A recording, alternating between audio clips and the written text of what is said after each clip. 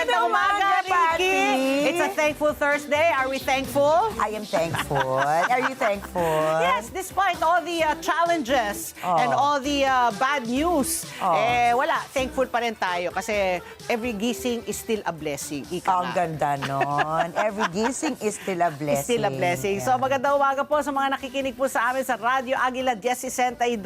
Samahan nyo kami ni Ricky Girl hanggang alas 10 po ng umaga. At sa mga nanonood po sa kanilang sa aming Facebook page, sa aming YouTube channel, sa kanilang mga cellphone, sa kanilang laptop and iPad. Good morning! Umpisa na natin, Ricky, kasi it's already April 23. 23 na ba ngayon? Ilang araw na lang? Oo, ilang araw. Isang linggo pa. Ako, nag-ayos ang pantalon. Isang linggo pa bago tayo magsweldo. Pero ano yun natin to, kakaririn pa rin natin. Ito po pong unang nating swabing pangbungad ngayong Thankful Thursday. O, sabi nila, ikaw ba naniniwala ka talaga that love conquers Of course. all? Alam mo naman ako, love moves mountains. Ayan. Wow, love is blind. Love is blind. Alam mo yung mga slam book natin, bata tayo. Di ba? Ano? What is love? What is Siguro love? yung mga bata hindi nila alam yung slam book ngayon. Slam book o slam book? Slam. Slam. Slam book. Yan. Nung bata kami ni Patty, ayun yung uso. Kasi wala naman tayong mga digital Wala dati. digital. Notebook ka talaga. Tapos i-decorate mo pa yung notebook mo, di ba? O, kasi tinanong ko nga sa'yo if you believe that love conquers all. Yes, ikaw Kasi, hindi? ito. Pinatunayan po ng isang couple. Siyempre, in love sila. Na talaga namang nagpapasoft sa puso daw ng mga netizen. Bakit? Kurot puso na naman to. Viral ngayon po ang video ni na Andy Teodoro at Michelle Teodoro. Mag-asawa yan. Matapos isayaw ni groom. Matapos isayaw ni Andy ang kanyang bride sa kanilang kasal kahit po siya isang PWD. Ay, nako. Pero ang gwapo niya. Tingnan mo, Patty. Ang gwapo. Sa tulong po ng kanyang kapatid at mga kaibigan, tinulungan si Andy na makatayo para sa kanilang first dance. So literal po ito talagang standing moment for love. Why? Bakit? Naging emosyonal nga ang lahat ng mga bisita po, maging ang mga netizen nung napanood po nila ang video na ito dahil pinakita nila na walang hadlang ang anumang kondisyon pagdating sa tunay na pagmamahalan. Ito ang nangyari kay Andy. Noong 2019, nagkaroon po ng gang war sa kanilang lugar at siya po ay nabaril. Kumbaga, ano siya, innocent bystander, no? So, saktong, ano siya, natamaan siya sa kanyang likod, sa kanyang spine. Kaya po, paralyzed na siya. That's why he's confined to a wheelchair. Di ba? So, that is so sad. But because love conquers all nga, ayan, nagpakasal si Andy at saka si Michelle. Di ba? So, hindi talaga napigilan ang kanilang love story. High school pa lang, magkakilala na sila hanggang ito na ang papunta nila sa forever. So love finds its way, di ba? So love conquers all. Talagang whatever happens, yan talaga yung in sickness and in health till death do us part. Pero ang pogi ni Andy. Ang pogi ni Andy. Ang gwapo niya. So congratulations at kay Andy at best wishes kay Michelle. Talagang love conquers all. Pogi talaga si Andy. Maganda rin naman syempre si Michelle. At ang pinakamaganda dyan, magaganda ang kanilang puso. Yan, diba? usapang puso. Wow, kung kahapon wasakan tayo. Wasakan ngayon naman. Thankful. Thankful naman Thursday. tayo. Yan. Okay. Ito naman, Patty. Punta naman tayo sa environmental concern na dapat din natin pagtunan ng pansin. Dahil bali-balita ngayon ang Finlayson squirrels. Squirrels? Yes, squirrels. Meron ba tayo squirrels dito sa Pilipinas? Ay, wala pala. Nasa ano pala ako nun? Parang nasa mga New York pala squirrels ako nun. natin, pinaka-malapit na doon, mga daga. Uy, may nakita ko sa subdivision ko. Ano? Squirrel nga. Squirrel. Sa labas mismo ng ano ko, ng bintana ko, meron akong duhat na puno. Tapos meron doon squirrel, kinakain pala niya yung mga duhat. Sigurado ka hindi dagayon na may buntot, tinitingnan ko nga, taga ba to? Squirrel siya. Pero ang balita doon, ano siya, alaga siya ng isa sa mga kapitbahay ko na nakatakas. Tapos ito ka. After a few months, may nakita ulit akong squirrel, pero parang may lahi ng daga. True story yan. totoong story yan. Okay, sige, Ayan, ikwento mo. Anyway, speaking of squirrels again, Oh. namataan na nga sa ibang lugar sa bansa itong squirrels na to. Di ba? Ito na nga siguro nanggaling sa subdivision ko. Cute daw tingnan ang mga yan kasi kamukha nila yung mga squirrels sa Alvin and the Chipmunks. Alam mo ba yun? Oh, I know that movie. I mean, mga animated na mga di ba? Yung mga chipmunks, yung mga singer. Yan. Pero alam niyo ba, may hatid na silang problema. Bakit? Ito recently nangyari. Nagrereklamo na yung mga residente sa barangay San Lorenzo sa Makati City. Dito. Ayan. Dahil sa perwisyong dulot ng mga squirrel. Oh. Ayan, ganyan sila. Ganun yung itsura Naku, nila. feeling ko nagmula yan sa amin. From nginangat-ngat na internet wires hanggang posibleng panira sa mga pananim. Hindi na daw sila cute kundi tinuturing ng pes. Dumami sila, dumami. Because those squirrels are rodents. They come are from the family of the rodents. rats. Yeah. Correct. Mga peste talaga yan. Naku, cute lang sila kasi dahil siguro sa Cute? Alvin I and the don't find them Chipmunks. cute. Dahil lang siguro doon. Ayon sa Department of Environment and Natural Resources o DENR, ang Finlayson squirrel ay isang invasive alien species. Ibig sabihin, hindi sila natural sa ating ecosystem. Kaya yun ang sasabi ko, di ba? So yan, mga yan, nagmula yan sa mga pets, kumbaga. At kapag dumami pa sila, posibleng maka-apekto sa biodiversity and agriculture. Big risk po yan sa environment and food supply natin. Kaya paalala ng parang kaya paalala ng DNR, huwag silang alagaan o gawing pet. Ganon. I-turn over agad sa kinauulan. Yeah, bakit? Gusto mo ba maging pet ang isang daga? Hindi, never. Sabi ko, bigyan mo na ako ng ahas, wag lang daga. Pero diba? ngayon, ayoko ng ahas talaga din. Maraming ahas sa mundo. Squirrel. So, okay na yan. Alam ko, yan ang mga, madudumi yan. They're very dirty talaga. Correct. Rodents yan. Kasi kung ano-ano mga kinakain, di ba? Basura, panis na pagkain, di ba? So anyway, okay, Ricky, because it's Thursday na malapit na ang weekend, anong asahan natin ngayong istaros ng aring panahon? Okay, Patty. Ayon sa Pag-asa, alam mo ba na maasahan pa rin natin ang maliwal sa panahon sa silangang bahagi ng Hilaga at gitnang Luzon, epekto yan ng Ridge of High Pressure Area o HPA. Ang Ridge of High Pressure Area ay isang bahagi ng weather system kung saan mas mataas ang atmospheric pressure kumpara sa paligid nito. Sa ganitong kondisyon, kakaunting ulap ang nabubuo, kaya ayun naman pala, maliit po ang tsansa ng pag-ulan. Magdadala naman ang easterlies ng bahagi maulap hanggang sa maulap na kalangitan na may panakanakang pag-ulan, pagkidlat, pagkulog sa Metro Manila, Calabarzon, Mimaropa, Bicol Region, Visayas at Mindanao. Asahan din ang pag-ulan lalo na sa hapon at gabi sa natitirang bahagi ng bansa. Epekto naman yan ng localized thunderstorms. Pinag-iingat ang publiko sa posibleng pagkakaroon ng biglaang pagbaha o pagguho ng lupa sa panahon ng malalakas na pagkidlat at pagkulog. Mararanasan ang highest temperature na 35.5 degrees Celsius mamaya alas 3 ng hapon. At asahang lulubog po ang araw, mamayang 6:11 ng gabi. Uy, 6:11 na. Nagpauna Grabe, na ang ng haba na ng araw. The days are longer, the nights are shorter talaga. Kantay na. Kanta yun, actually. The days are longer and the nights are shorter. Di ba? Okay, anyway, ito na po ang ating super panalo news ngayong Thankful Thursday. Ricky, ito ha, makinig ka. Listen, pay attention. Ano? Dahil grabe po ang plot twist po ng panalo news ngayong umaga. Why? Naku, this one is nakakatuwa. When I was reading it, sabi ko, ano kaya mafe-feel ko pag nangyari to sa akin? Ito yung po yung kwento na isang doktor na nag-viral matapos ang kanyang inspiring journey sa 2026, this year's Physician's Licensure Exam. Bakit? Di ba? Ang pangalan niya, walang iba kundi si Dr. Erwin Ken Parchaso. I hope I pronounce it correctly. Dr. Parchaso. Nasa una ay hindi nakita ang kanyang pangalan sa listahan ng mga nakapasa sa exam. Siyempre, akala mo bagsak ka. Siyempre, goes without saying. Understandable na malulungkot ka dahil second attempt na niya ito. Nakuha ng licensure exam. Di ba? Parang bar exam yan. Pag ikaw gusto mo maging abogado, bar exam ka. Pag gusto mo na maging doktor, physician's licensure exam. So take 2 na siya. Repeater na kumbaga. Di ba? So nalungkot siya kasi nga, nung first time hindi siya pumasa. So akala niya, itong second time, bagsak na naman siya. Mas naging intense pa rito, sinisisi pa niya yung top-notcher na under investigation daw. Under investigation, NBI pala ito. Not knowing. Nako, name withheld kasi, di ba? Sabi niya, sino kaya yan? Siguro talagang inaano na niya. Nako. Pero nalaman niya, siya pala yun. Grabe.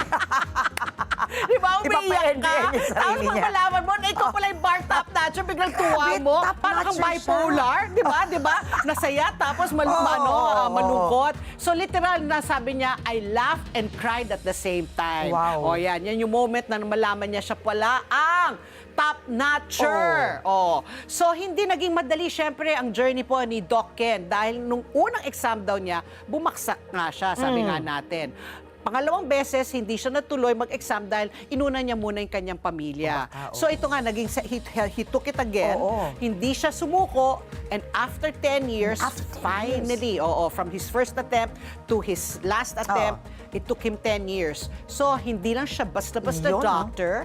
He's now a certified top-notcher doctor. Grabe. Top-notcher pa. So, congratulations, Doc Ken. Ang galing-galing mo. Talagang it pays to be patient, to be persevering. Di ba? It doesn't have to be right away. Di ba? There's take 2, there's take 3. Maraming mga ganyan storya, di ba? Na try and try until you succeed. Grabe mula sa pagkalagapak. Pagkalakapak, di ba? Diba? Naging bar top notcher. Grabe, no? Di ba? Kung ikaw papacheck up ka kay Doc? Why? Bakit na? Why not? Di ba? Ano kaya magiging specialty niya? Ayun na nga, abangan po natin yan. abangan Pero natin. congratulations po, Doc. Nakaka-proud Doc po Ken. talaga kayo. Oo. Sana ay makita ka namin ni Patty. Oo, Kita mo, si pogi Doc din Ken. si Doc. Pogi rin si Doc. O ikaw, can you beat my Ito naman, story? Patty. Oh. Dito naman tayo sa, of course, we're still talking about love. Love. Paparin gusto ko sa love. Love. From the Love Academy. Sa atin naman ko sa'yo, love is love. Oo. Diba? Sa akin naman, love is family. And family is love. Dahil pang actress na si Kim Chu, itinuturing na pamilya na ang mga tricycle and jeepney drivers. Si Kim Chu, si Sometimes Kitty we girl. choose the family that we have, diba? Imbes sa bonggang party, mas piniling tumulong sa kapwa. Personal niyang pinamigay ang free gasoline. Very, very timely. At grocery pack sa mga tsuper. Uy, galing naman. Hindi na rin Kim. bago to kay Kim dahil kilala siya sa kanyang charity works mula sa pagtulong sa mga aita sa Zambales hanggang sa pagbibigay ng tulong sa mga naaapektuhan ng kalamidad. At dahil sa taas ng presyo ng krudo ngayon, malaking tulong ito sa mga driver na halos araw-araw ay hirap sa pasada. Correct. Siguradong maraming napasaya si Kim Chu, kaya naman, happy birthday, Kim! Kim is really very helpful. Naalala ko nung pandemya, yung mga tinulungan rin niya, ganyan, yung mga jeepney sector. Kasi nga, di ba, walang makalabas, di ba, dahil naka-lockdown lahat. So, tumulong din siya. So, talagang, innate nature niya talaga ang tumulong. Kaya, she's always blessed with so many projects. Hindi siya nawawala ng project kasi nga, talagang, talagang selfless. Very generous siya talaga. Libre kaya ang pamasahe na niya ngayon? Pag siya ay pag siya sasakay kaya ng Pagsasakay ng libre kaya siya tricycle. ng I'm kuya. sure, makita mo lang na si Kim Chu, di ba? Ano na yon, Instagram worthy. O, pasahero ko, si Kim Chu. Okay, speaking of pamasahe, ito na po, malungkot po na balita dahil po batay po sa Bangko Sentral ng Pilipinas, nagsara po ang ating piso kontra dolyar sa lagang. Naku, bumalik na naman tayo. 60 pesos and 13 centavos. Humina po ng 20 sentimo. 20 centavos po ang paghina po ng ating piso kontra dolyar. Kumpara po sa naging palitan ng Martes sa halagang 59 pesos and 93 centavos. So 20 centavos hinina. Narito naman po ang palitan ng ating piso kumpara po sa mga iba pang currency. Sa Japan yen, 37 centavos. Sa euro, 70 pesos and 39 centavos. Sa Hong Kong dollar, 7 pesos and 65 centavos. At sa Saudi Riyal, 15 pesos and 98 centavos. Ito po ay ayon sa Bangko Sentral ng Pilipinas. Ricky girl, even if it's Yes, Patty. because it's a Thankful Thursday, we have to be thankful that we have 3 issues. Of So ano course. ang issue number 1 natin? Hindi ko alam kung magiging thankful ang ating mga taga-subaybay dito. Ayun na nga, oo. Kasi po, inatasan na nga ng Energy Regulatory Commission o ERC ang Manila Electric Company na ibalik sa mga customer ang humigit kumulang 14 billion pesos sa sobrang nakolekta sa distribution charges na ipatutupad sa loob ng 12 buwan at makikita bilang bawas sa buwan ng bayarin sa kuryente. Ayan, thankful talaga, no? Oo, may rollback. May rollback, kumbaga, may back pay. Ano ang inaasahang magiging epekto ito sa monthly electricity bills ng mga household? Paano masisiguro ng ERC na malinaw na makikita ng consumers ang refund sa kanilang bill katulad ng awat o refund collect? Alamin po natin yan mula kay Attorney Francis Saturnino, C1, ang Chairperson and CEO of Energy Regulatory Commission o ERC. Ayan, o, di magandang balita Good yan. news Pag nga. po yung Meralco customer, Yes, makakatanggap oo. po kayo ng rebate. Kumbaga, Yun, meron no? kayong rollback, bawas presyo sa inyong konsumo ng kuryente. Oo. Issue number 2 naman po natin sa mga nag-aabang po ng update po, no, sa Duterte series, nag-umpisa, hindi naman nag-umpisa kahapon, may hearing na naman, Oo. 'di ba? So ang pinaka-latest, pag-usapan po natin 'yan dahil patuloy po ang pagdinig po ng House Justice Committee sa impeachment complaint nga laban po kay Vice President Sara Duterte kahapon. Oo. Inilabas po ang detalye sa mga SALN po ng opisyal mula po sa iba't ibang taon. Samantala, si dating Pangulong Rodrigo Duterte naman po ay mananatili sa The Hague, Netherlands. Sa ngayon po, matapos ibinasura ng ICC Appeals Chamber ang apelan ng kanyang kampo na kwestiyon ang jurisdiction ng ICC sa kanyang kaso. So parang yesterday, no, was a sad day for the Dutertes. Kumbaga, double whammy. Grabe, Diba? oo. Yung nangyaring hearing dyan po sa Kongreso laban kay VP Sara. Tapos yung nangyaring hearing po rin dyan sa The Hague. Himayin po natin po ang mga pangyayari kahapon. Kasama po ang ating suking political analyst. Walang iba kundi si Professor Froilan Calilong for issue number 2. Samantala, ngayong April 24 hanggang 30, pinagdiriwang sa buong mundo ang World Immunization Week. Oh. Isang paalala kung gaano ka-importante ang bakuna sa ating buhay. Ayon sa dato, sa nakalipas na 50 years, mahigit 150 million lives ang nailigtas sa tamang pagbabakuna. Paano nga ba nakikiisa ang Pilipinas sa pagdiriwang na ito? Makakausap po natin ngayong umaga si Dr. Nina G. Gloriani, isang vaccine expert at former Dean and Professor sa College of Public Health at the University of the Philippines, Manila, o PGH. O, di ba dapat talaga, lalo na pag mga babies, kumpleto sa mga bakuna Oo. nila para hindi talaga sila kapitan ng mga sakit. So anyway, before we pause for a commercial break, ito po ang ating question of the day. Isang mainit na usapin po ang muling umaliling lang, ano? Umaalingaw-ngaw. Ayun, Yan. umaalingaw. Umaalingaw-ngaw. Sabi ko naman sa inyo, sa ating writer, 3 syllables lang ang kaya ko. Dyslexic na ako pag more than 3. Sa Kamara po, matapos po ang pagdinig kahapon po, kaugnay po ng impeachment case laban po kay Vice President Sara Duterte. Sa gitna po ng matitinding argumento at magkakaibang paninindigan, muling nabuhay po ang tanong ng pananagutan at transparency sa pamalaan. Ayan. Kaya ito, Kapit, yung mga gustong mag-participate sa aming discussion. Yun. Ano po ang inyong pananaw sa naging pagdinig po sa impeachment case ni VP Sara sa Kamara kahapon? Ayan, naging makulay doon. Daming mga pasabog. Diba, nandyan si Ombudsman Boying Remulla, former Senator Trillanes, nandun ang AMLAC, diba, anti-money laundering, nandun ang Bureau of Internal Revenue, nandun rin ang Securities and Exchange Commission. Parang puro kaperahan. Ang daming mga 000, bilyon-bilyon, milyon-milyon, na hilo-hilo na ako. Sana all ba? Sana all talaga. Parang ako hanggang thousands lang. Mag-comment lamang po kayo sa aming Facebook account. Hanapin lang po ang Net25 News and Information at makibahagi po sa aming talakayan online. At magbabalik pa po ang ASPN. Ano sa palagay nyo? Ang sigaw ng Pinoy Nation.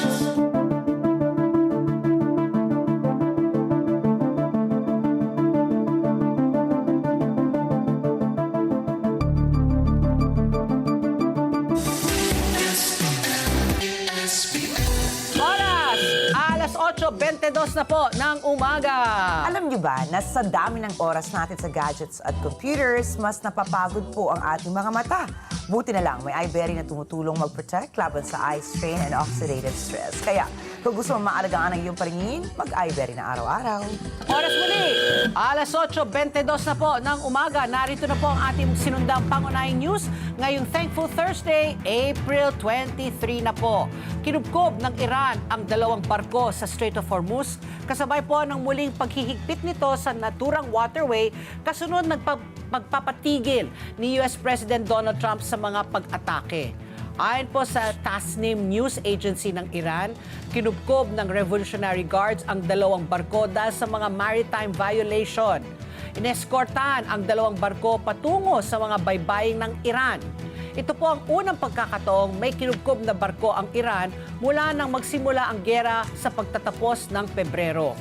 Sa isang social media post, sinabi po ni Donald Trump na sumang-ayon ang Estados Unidos sa hiling ng mga Pakistani mediator na tigilan ang mga pag-atake sa Iran habang bumubuo ang mga pinuno at kinatawan nito ng isang unified proposal. Ayon po kay White House Press Secretary Caroline Leavitt, hindi nagtakda si Trump ng bagong deadline para sa pinalawig na ceasefire. Naisaan niya ni Trump na makakita ng unified o pinagkaisang tugon mula sa liderato ng Iran sa kanyang mga panukala para sa pagtatapos ng hidwaan. Naniniwala ang mga opisyal ng Estados Unidos na hati ang mga pinuno ng Iran sa isyong ito. Sinisikap pa rin po ng Pakistan na pagsamahin ang dalawang panig. So ito, no, patuloy pa rin yung ceasefire. Oo. So, kumbaga, sa land, wala nang munang tigil-putukan talaga. Tigil-putukan So, muna. kumbaga, yung Oo. action, the Oo. action now is in the Strait of Hormuz. Yun na nga, Oo. di ba? They had to escort two ships. Tapos Oo. may mga nabalita nga na may mga tinamaan daw ng mga barko. So, ngayon, nag-transfer from, what do you call The this? land. From land to sea. To sea na. But you know, Oo. I want to Oo. share lang. I was reading, which was Oo. kind of good news because ito ngayon, world leaders, military planners want to discuss the Hormuz reopening in London. Wow. Oh, more Oh. than 30 countries will hold two-day talks in London from Wednesday to advance a mission to reopen the Strait of Hormuz and drop detailed plans. Yan ang sabi po ng British government. So sana, no? So parang they're all coming together now because we're all Oo. affected. Lahat yan, buong Di ba? mundo talaga. Oo. So sabi nila, ito, the task today and tomorrow is to translate the diplomatic consensus into a joint plan to safeguard freedom of navigation in the strait and support a lasting ceasefire. Yun po ay sabi ng UK Defense Minister na si John Healey. Alam mo, So ayun, di ba yun ang magandang yun na balita? Na sana nga tuloy-tuloy. Sana di ba if there's ako I really believe there's strength in numbers eh. So Donald Trump kasi feels na yung mga allies niya dinisyerto na siya, Oo, totoo di ba? yan. O Oo. talaga naman sino naman may gusto ng Oo, digmaan? di ba? So ito kung ito talaga magtipon-tipon 30 military leaders to plan how they're going to open again the Strait of Hormuz. Oo. Baka this is na already a wake-up call for Donald Trump na dapat Sana talaga naman, sa tigas ng i-pursue. ulo ni Tatay Trump, mukha ba? Oo, kaya nga Di ba? eh. Parang nga nagkaroon siya ng miscalculation kasi umaasa talaga siya sa mga kaalyado niya dati, Kaalyado no? niya, oo. Biglang hindi Hindi sila sinuportan. Oo, Tapos hindi niya sinalihan. akalain na yung Strait of Hormuz ang magiging, kumbaga, sila magiging hostage. That is what Iran is going to hold on to. Diba? Diba? So, ang daming apektado. Kaya nga. 1/5 of all the ships that traverse the waters pass through the Strait of Hormuz. Okay, so go ahead, Ricky Girl. Pero samantala po, ibinasura naman ng Appeals Chamber ng International Criminal Court o ICC ang apelaan ng legal team ni dating Pangulong Rodrigo Duterte laban sa paghawak ng korte sa kaso nito. Sa inilabas nitong desisyon kahapon, pinagtiba ng ICC Appeals Chamber ang naging desisyon ng Pre-Trial Chamber 1 noong October 23, 2025 na nagbasura din sa hamon ni Duterte sa otoridad ng ICC na dinggin ang kanyang kaso. Ayon sa Appeals Chamber na pinamunuan ni Presiding Judge Luz del Carmen Ibanez Carranza, wala ito nakitang mali sa naunang desisyon. At dahil po dito, pwede nang umabante ang pagdinig sa kaso. Inilaban ng legal team ni Duterte na wala ng jurisdiksyon ng ICC sa mga krimen na inaakusa sa dating Pangulo dahil umatras na ang Pilipinas mula sa Rome Statute noong 2019. Nanindigan ng korte na nananatili ang jurisdiksyon nito sa mga sinasabing krimen na nangyari umano noong panahong bahagi pa ng Rome Statute ang Pilipinas. Ngayon natapos ang issue ukol sa jurisdiksyon, inaasahang magpapatuloy na ang kaso sa susunod na yugto kasunod ng confirmation of charges hearing noong February 2026. Inaakusahan si dating Pangulong Duterte ng crimes against humanity, partikular ang murder at attempted murder. Nangyari umano ang mga ito sa pagitan ng November 1, 2011 at March 6, 2019. Ayon po sa mga prosecutors, bahagi ang mga ito ng malawakan at sistematikong pag-atake kaugnay ng anti-drug campaign ng Administrasyong Duterte. So ito na nga yung sinasabi nating double whammy, no? So parang hindi naman ako nagulat na dinenay, no, yung apela niya tungkol sa jurisdiction. Kasi nakikita mo na talaga na parang patungo na talaga diyan, di ba? So it will really go into a full-blown trial and then so let's see, no? Hopefully, ewan ko kung anong mangyayari doon. sabi nga nila, di ba, yung mga trial ng ganyan, minimum 5 years.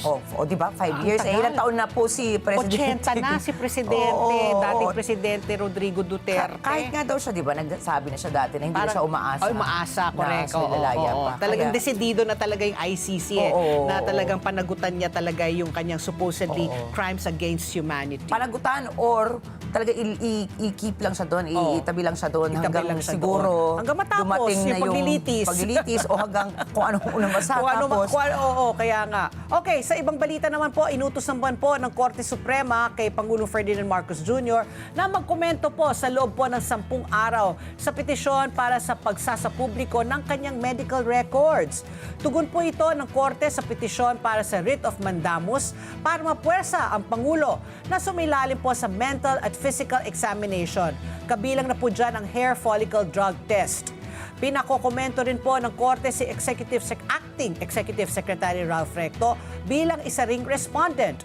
Inihain po ang petisyon na may petsang April 15 matapos maobserba ng mga petitioner na nabubulol at tila nanghihina na ang ating Pangulo.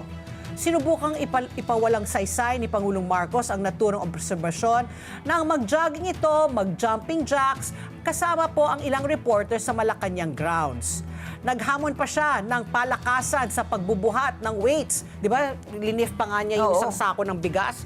Iginiit naman po ng mga petitioner na kinabibilangan po ni retired General Virgilio Garcia at dating Speaker of the House na si Pantaleon Alvarez na karapatan ng publiko na sa ilalim po ng konstitusyon na malaman ang tunay na kalagayan ng kalusugan ng Pangulo. So, the President has 10 days to answer, no? Oh. So, tingnan natin kung siya po ay kailangan na nga, no? Sumailalim na dito sa medical exam at saka yung hair follicle test na pati yung sarili niya kapatid, di ba? Si Senator Amy. Talaga Sinasabi inaano niya, siya, di ba? Sinasabi niya na talagang may insinuation talaga siya na gumagamit ng droga. Psychological testing daw, Psychological test Oo, rin. grabe. Ay, talaga. Ang dami na. Wala tayong problema, no? Wala tayong problema. Talaga parang hanap ng problema talaga dito sa Pilipinas. Talagang pastime talaga natin, talaga maghanap tayo ng problema. Okay, Ricky Girl. Samantala, hindi na po pwedeng lumabas ng bansa si dating Speaker of the House, Martin Romualdez. Ito ay matapos maglabas ang Sandigan Bayan ng precautionary hold departure order laban sa kanya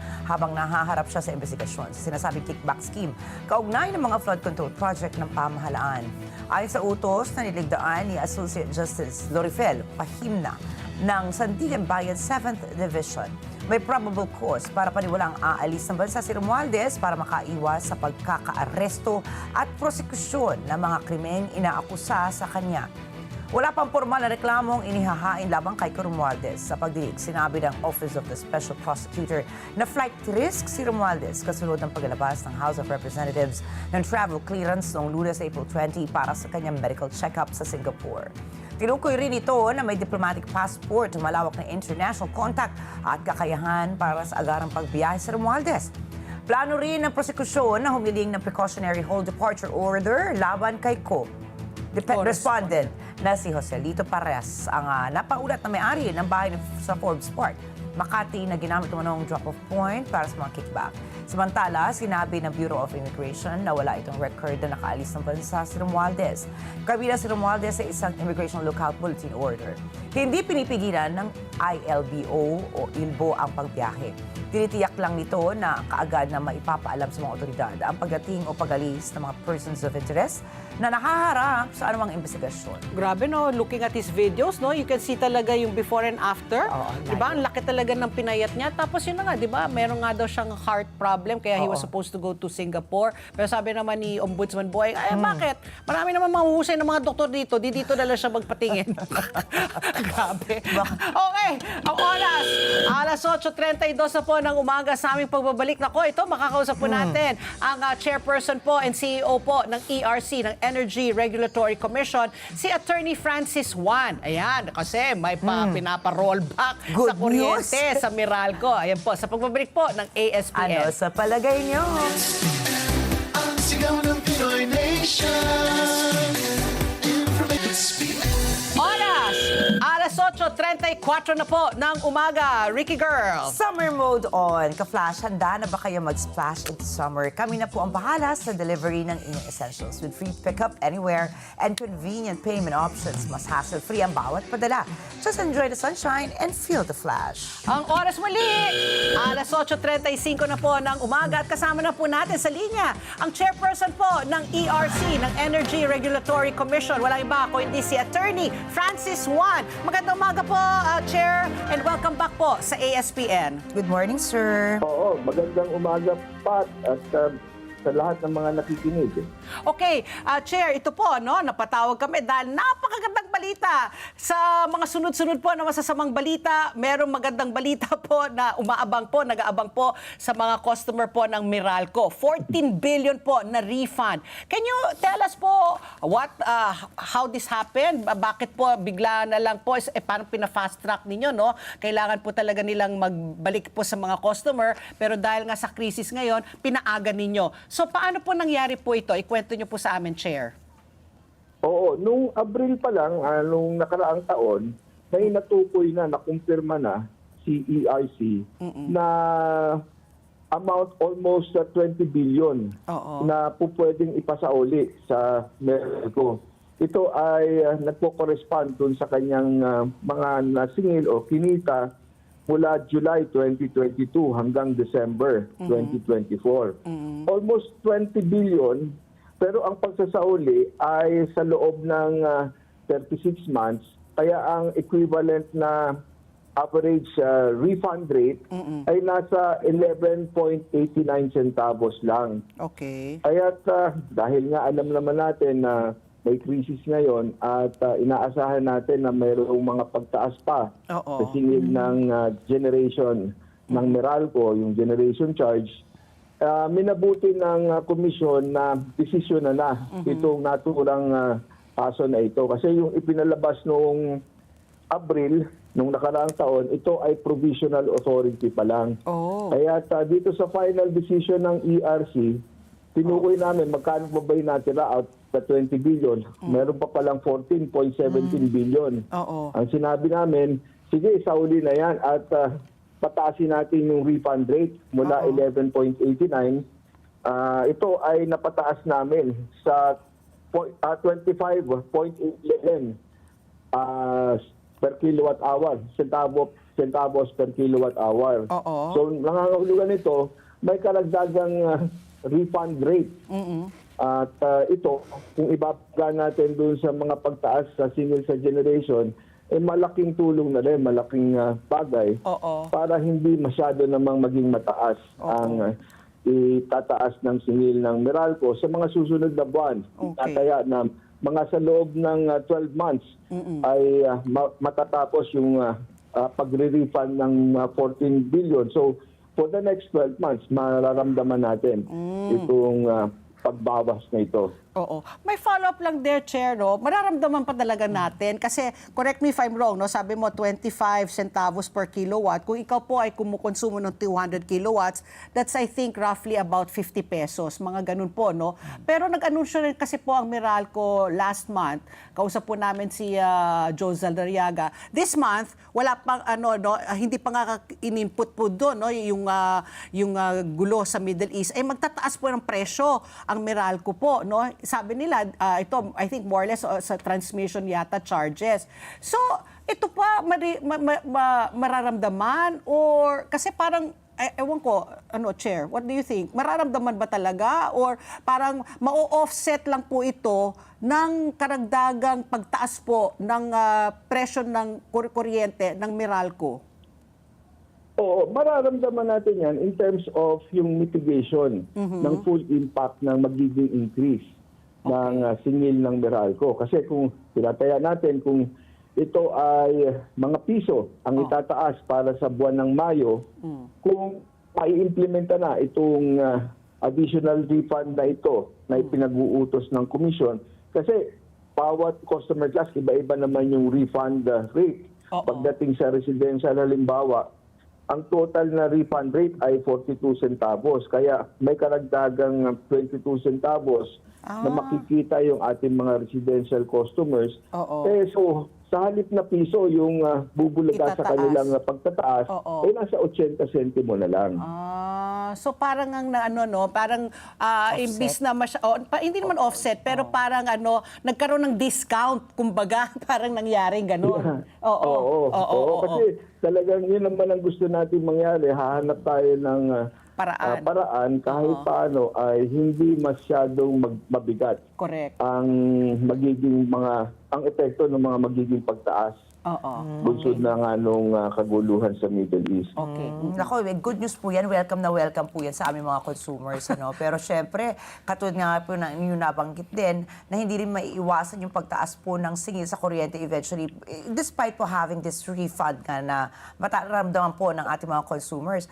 Pero ang tanong ko lang po, Chair, lagi pong pinapaalala at lagi po tayong sinasabihan ng Department of Energy o DOE na sapat naman po yung supply natin ng enerhiya. So saan po talaga nanggagaling itong pagtaas ng kuryente, sa singil po sa kuryente? I mean, aside po from the 50 to 60% po na nanggagaling nga po sa ating mga power companies, saan po nanggagaling itong pagtaas po? Kung sabi ni DOE, huwag kayong mag-alala, sapat po ang ating supply sa enerhiya. So bakit pa rin po may pagtaas? Oo, tama naman yun. Yung supply natin ay sapat. Kaya lang, itong mga kapasidad na ito, yung mga planta na ito, kung tumatakbo sila at gamit ay fuel, coal man yan, or natural gas, yung fuel na yun ang tumaas ang presyo. Kaya ito ay naipapasa ng ating mga generation companies kasi lehitimong gastos ito sa puproduce at pagsusupply ng kuryente. Doon nakikita ang pagtaas. So bagamat may enough supply, yung supply na yan ay nagmamahal. So Chair, ito po itong refund po na mangyayari po. Sabi nyo nga imbis na 36 months, binibigyan na lang po ang Meralco ng 12 months.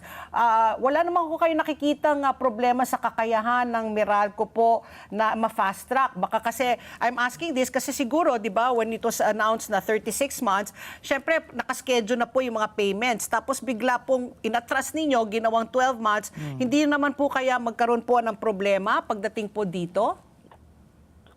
Nakikita naman natin na may sapat naman na cash flow si Meralco. Batay na lang din dun sa mga kanyang mga financial statement at yung mga pronouncement. So meron sapat siya na po pwedeng gamitin. Para sa ganun, kung hindi man niya makolekta ng buo-buo yung kanyang kailangan kolektahin para sa mga pass-through charges niya tulad ng generation, kinakailangan maglabas siya mula sa sarili niyang bulsa. At yung ilalabas naman niya ay tingin naman ng komisyon ay kaya niya at hindi naman siya magkakaproblema sa cash flow. Okay. Okay, Chair, I became curious po. Sabi niyo nga dahil po may mga totoo namang mga gastusin ang ating halimbawa mga power companies kung bakit tumataas yung kuryente. So I looked into it po ngayon lang. Sa ASEAN po, mas mababa pa rin po ang kanilang cost of per kilowatt hour ng kuryente kahit po nagkakaroon na ng krisis sa Middle East. So can you explain po bakit po mas mataas pa rin po ang ating singil sa kuryente compared po sa ating ASEAN neighbors, considering the external factors such as the crisis in Middle East? Sabi nyo nga po kayo na tumaas po yung presyo ng langis na ginagamit po sa pagkakaroon natin ng kuryente. So bakit po naging ganito yung sitwasyon sa Pilipinas?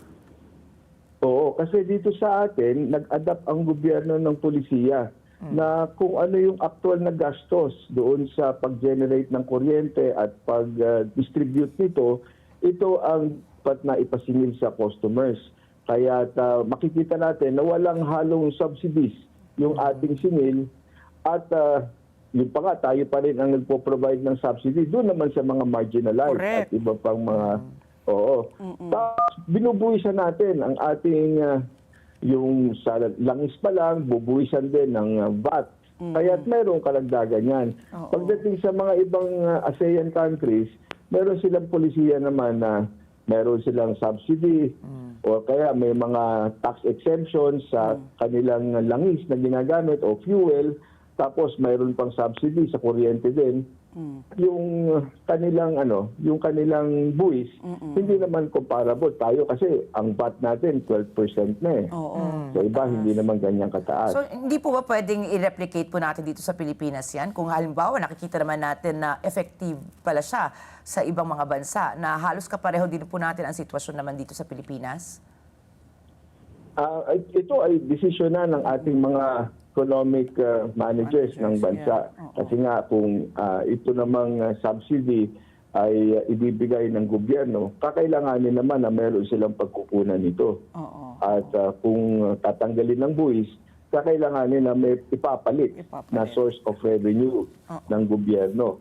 Nang sa ganun ay mabayaran pa rin niya yung mga obligasyon So, niya. in other words, yung dinidesisyon na ng ating mga economic managers. So in other words po, sir, hindi natin kaya sa Pilipinas na gawin itong mga ginagawang hakbang ng ating mga kapitbahay. Kasi sa akin lang, kung kaya ng ibang bansa. But it has to be nga, it has to be legislation. I mean, like, not just for now, because we're talking about long-term solutions. Hindi naman po kasi parang ngayon nagiging reactive po tayo. So eventually po, halimbawa, kahit na po dumaan po yan sa tamang proseso sa legislasyon, hindi po natin talaga pwedeng gawin dito yung ginagawa sa ibang bansa ng ating mga kapitbahay? Pwede yan. Pwedeng pag-aralan yan ng ating mga policy makers at ng ating mga legislators. At tama ka, ito ay kinakailangan na dumaan sa proseso ng pagbabago ng ating mga batas. Pero Chair, ito pa kasi 'di ba ang ating power sector po talaga kumbaga it's highly regulated. Paano po nangyari po na na-overcharge po ang mga consumers para kasi 'di ba as it is na nga ang taas-taas na nga na presyo po ng kuryente eh. And yet ang Meralco talagang pagtingin mo sa likod ng yung bill naka-unbundle na po talaga doon It's highly regulated. And yet paano po nakakalampas po itong mga ganito? Oo, magandang tanong 'yan. Ito yung nangyari kasi diyan. Ang komisyon noong una ay nagpalabas na ng desisyon na tayo ay lilipat sa performance-based regulation. Okay. At under this methodology, regular na dapat nagpa-file ang utility tulad ng Meralco ng kanilang rate reset o para mapag-aralan at mapago, ma-adjust yung kanilang taripa. Ang nangyari since bago pa 2015, dapat ay sumailalim na ang Meralco. Kaya lang ay nagkaroon ng delay doon sa parte ng komisyon at hindi nagkaroon ng rate reset hanggang ito ng panahon ko na ipinag-utos namin na simulan na ulit yung mga rate reset ng ating mga utilities. Kaya nga yung pagdating sa Meralco, ongoing siya. So noong 2022, ang ginamit ng Meralco, ang ipinagamit sa kanya na singil, ay yung huling naaprubahan na singil. Doon pa sa last na rate reset niya. At ang usapan lang noon, dahil nga hindi ito yung regular na rate reset, yung gagamitin niyang singil, kumbaga, ito ay interim pa lang, at kasi pagka ikaw ay gumamit ng singil, pero yung billing determinant mo, halimbawa yung sales, para sa residential, sales para sa iyong mga commercial and industrial customers, ay tumaas over the years. Kahit pa yung singil mo ay hindi na bago, pero yung actual na nakolekta mo, yung revenue mo out of that rate na ginamit mo, na implement mo, ay maaaring mas malaki na kaysa doon sa naaprubahan o tinukoy na revenue noong last na rate reset application mo na kung saan nakuha yung distribution rate na ginamit mo. Sabihin, dahil over time, tumaas yung sales sa iba't ibang customer classes ni Meralco, ikumpara yon yung nakolekta niya versus yung ginamit na basihan para dun sa singil na ipinatupad niya, nakita na mas mataas nga yung kanyang nakolektang revenues. Kaya ito na ngayon ang nakalkula na kung susumahin ay umabot nga ng almost 20 billion para doon sa period ng July 2022 hanggang December 2024. So may mga kasunod pa yan na buwan kasi kapag desisyon na ang ERC sa rate reset ngayon na kung saan sumasailalim ang Meralco, say by June or July, ito period after December 2024, kakailanganin pa rin namin balikan at i-determine kung meron pa kami pwedeng maipasauli sa kanya. Kasi now, I'm just wondering, mamaya i-dispute po ito ng Meralco, tapos ipaglaban nila na over naman po yung refund nila, tapos syempre babawiin nila. So parang ano lang, pabalik ba? Yun lang po. Hindi naman siguro na. Hindi. Kasi malinaw naman ang regulasyon at the time na nag-implementa sila ng singil na ito, na magkakaroon ng confirmation or true-up proceedings after. So, alam nila yon nung naningil sila na kung saan May posibilidad. True-up na ginawa ng ERC, kung saan nakita na mayroong pwedeng ipasauli sa kanila na almost 20 billion.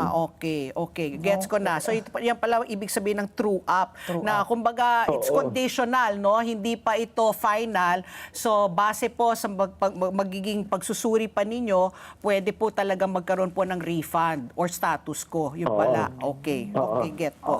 Oo, tama. Ganun ang nangyari dyan. Okay. Okay, sir, dahil nga po nag-uusapan na po natin yung Meralco, no? Masasabi po ba natin equivocally na meron sila naging paglabag sa batas kaya po nagkakaroon tayo ng refund ngayon?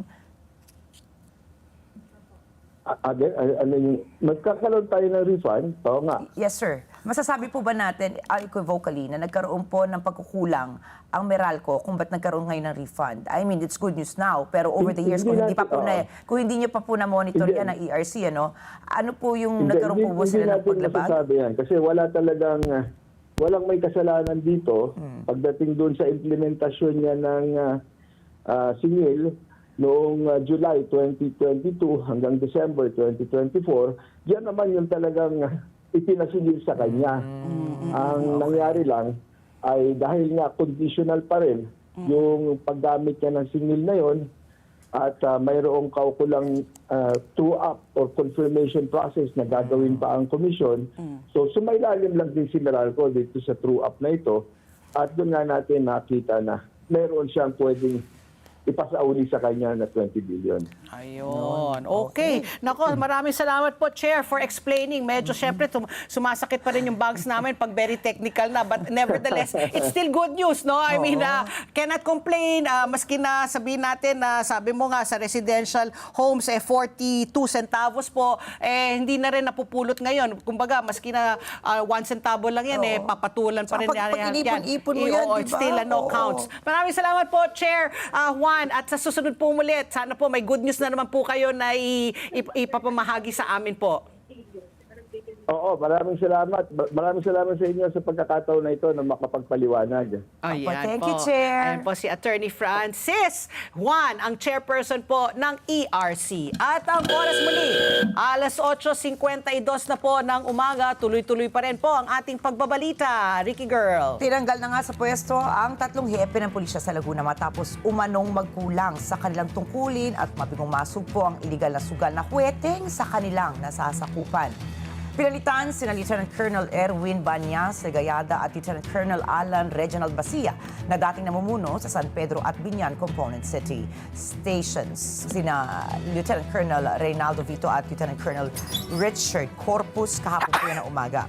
Matapos ang kanilang relief, itinalaga si Legayada bilang hepe ng POMO o Provincial Operations Management Unit habang pansamantalang inilipat si Basia sa Laguna Provincial Police Office. Samantala si Major Rafi Raduyo, hepe ng Bay Municipal Police Station ay pinilitan ni Major Jerry Malipol bilang acting chief. Nagmula ang kautusan kay Brigadier General Hansel Marantan, ang direktor po ng pulisya sa Calabar Zone, at nilagdaan ni Colonel Francisco Lucero III na Regional Personnel and Records Management Division noong Martes. Binigyan diin ni Marantan ang kahalagahan ng agarang resulta sa trabaho ng mga opisyal.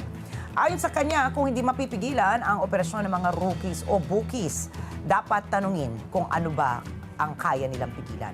Idinagdag pa niya na mahigpit na ipinatutupad ang 1, 2 at 3 strike policy laban sa mga chief of police sa buong rehiyon ng Calabarzon. Iyan po ang Cavite, Laguna, Batangas, Rizal at Quezon. Lalo na sa mga kaso ng hindi maresolbang krimen katulad ng robbery, murder, shooting incidents at iba pang illegal na gawain kagaya nga na sugal sa kanilang mga nasasakupan. Okay, ito naman po sa ating showbiz pasilip. Isang makahulugang post ang ibinahagi po ng aktres na si Matet De Leon na agad umani po ng atensyon at usap-usapan sa social media.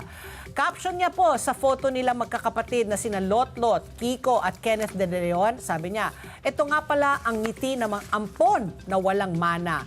Mukha ba kaming may pake? Naku, matapang ha. Sa comment section po ng post ni Matet De Leon, nag-comment din ang kanyang ate na si Lotlot. Matatanda nung nakarang linggo, nilinaw po ng kanilang kapatid na aktor na si Ian De Leon ng kanyang pagiging tanging legal na tagapagmana ni Nora Honor. Pero hindi niya nanganguluga inaalis ang ugnayang pampamilya sa kanyang mga kapatid. Dahil siya daw ang may responsibilidad na pangasiwaan ang naiwan at pamana ng yumaong national artist at superstar. Kasi parang, ewan ko, di ba? Parang kasi nagkaroon ng formation ng NGO, parang si Ian De Leon, tapos hindi sinama yung mga kapatid niya. Kasi parang Ian, ang hawak niya, siya yung Legal. biological oo. child, di ba? Kasi the others are adopted naman and everybody knows that naman. So siguro doon nagkakaroon ng tug of war sa Siguro, mana. di ba, si Ate Gaya noon, nalulungkot siya, malulungkot siya sa mga ganitong kasi pangyayari. nag-aaway-aaway sila. Oras, alas 8:56 na po ng umaga. Bilang mga Pilipino, masipag po tayo, matiisin at inuuna natin ang ating pamilya. Ngunit sa dami po ng ating responsibilidad, madalas po natin nakakalimutan na ating alagaan ng ating sariling kalusugan. Tandaan po natin, ang malakas na katawan ay mahalaga upang patuloy tayo makapagtrabaho, makapag-alaga ng pamilya at ma-enjoy ang buhay. Ang King's Herbal Plus ay isang all-natural food supplement na may 80 powerful ingredients mula sa herbs, fruits at vegetables for men and women na tumutulong po sa overall wellness at vitality ng katawan. At bilang pasasalamat po sa inyong patuloy na suporta, may 1 milyong pasasalamat promo po ang King's Herbal Plus, kung saan maaari kayong manalo ng hanggang 500,000 pesos in cash. Mabibili po ang King's Herbal Plus sa Mercury Drug, Watson's, South Star Drug, Rose Pharmacy at iba pang leading drugstores nationwide. King's Herbal Plus, balik lakas, balik sigla, hatid ay pag-asa at saya. At ang oras muli, alas 8:57 na po ng umaga sa aming pagbabalik. Makakausap naman po natin ang ating suking political analyst, si Professor Froilan Calilong. Pag-usapan natin itong mga nangyari kahapon sa Kamara, dyan po sa Dahig, sa pagbabalik po ng ASPN. Ano sa palagay niyo? Ang sigaw ng Pinoy Nation. ASPN. Oras! Alas 9, in punto na po ng umaga. At ang oras na ito hatid sa inyo ng IMAC UPVC Roof Corporation. Absolutely rust-free. IMAC, oras muli. Alas 9 na po ng umaga. At ito po, tuloy-tuloy pa rin po ang ating pagbabalita. Ricky Girl. 128 seismic station ng DOST PHIVOLCS pinasinayaan na po sa Claver, Surigao del Norte. Pinasinayaan na nga ang ika-128 seismic station ng DOST PHIVOLCS sa barangay Hayang-Gabon, Claver, Surigao del Norte. Ang proyektong ito ng DOST PHIVOLCS ay isang earthquake monitoring system, isang device para subaybayan ang paggalaw, aktibidad laban sa natural na panganib. Dumating sa aktibidad ng mga kinatawan ng ahensya sa pangunguna ni Dr. Winchell Ian Sevilla, ang Chief of Seismology Division. Ayon kay Dr. Sevilla, layunin na naparami ang monitoring stations para makapagbigay ng mabilis at accurate na information. Earthquake, tsunami o impormasyon po yan ukol sa earthquake at tsunami para sa lahat at para kaagad pong makagawa ng kaukulang hakbang ang mga kinauukulan. Ang proyektong ito ay sumisimbolo sa pagkakaisa, pagtutulungan, karatagan at kahandaan sa sakunas ng mga Clavernon. Isinusulong din ang mahisigit na kumpiyansa sa kapasidad ng komunidad para tugunan ang hamon na dulot nito. Malugod naman tinanggap at pinagmamalaki ni Honorable Georgia D.